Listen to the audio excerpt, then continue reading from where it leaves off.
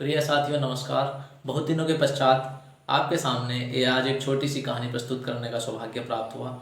तो एक बार एक राजा ने अपने राज्य में एक प्रतियोगिता का आयोजन किया और उसमें ये विषय रखा गया कि कोई भी व्यक्ति, कोई चित्रकार या कोई साधारण व्यक्ति एक ऐसा चित्र, एक ऐसी पेंटिंग बनाएगा जिसमें जीवन की शांत अवस्था का चित्रण किया गया हो और सबसे अच्छी पेंटिंग बनाने वाले को उचित पुरस्कार भी दिया जाएगा।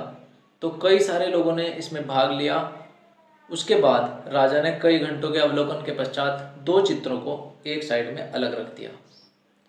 उनमें से एक चित्र में शांत वातावरण के दृश्य, उगता हुआ सूर्य, तालाब, हरे भरे पौधे, लंबी सड़क, खिलते हुए कमल, इस तरह के मतलब सभी दृष्टिकोण से वह चित्र पूर्ण शांत अवस्था का चित्रण कर रहा था।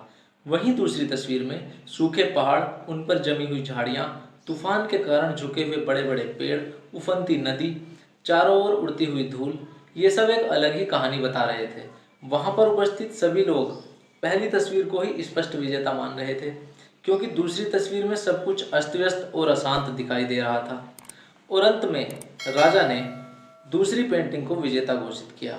लोगों को आश्चर्य हुआ और उन्होंने इसका कारण पूछा कि महाराज, आपको स्पष्ट दिखाई दे रहा है कि पहली पेंटिंग में बिल्कुल शांत अवस्था का चित्रण किया गया है, फिर आपने दूसरी पेंटिंग को विजेता क्यों घोषित किया? तो महाराज दूसरी तस्वीर की ओर उंगली से इशारा करते हुए कहते हैं कि इस चित्र को ध्यान से देखिए। इस चित्र में ध्यान से देखने पर एक छोटे पेड़ पर, जिस पर एक चिड़िया का घोंसला है और वो चिड़िया आराम से अपने बच्चों को दाना खिला रही है। इतनी घनघोर परिस्थिति में भी चिड़िया को अपने बच्चों की भूख के सामने और कुछ दिखाई ही नहीं पड़ रहा है। अपने बच्चों की भूख शांत करने में चिड़िया का शांत और स्थिर भाव इसलिए भी प्रशंसा के योग्य है क्योंकि उस समय भयंकर तूफान चल रहा है और परिस्थितियां बिल्कुल विपरीत हैं।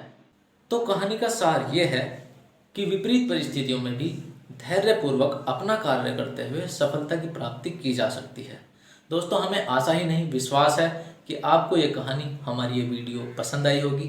तो हमारे चैनल पर आने के लिए आपका बहुत बहुत धन्यवाद।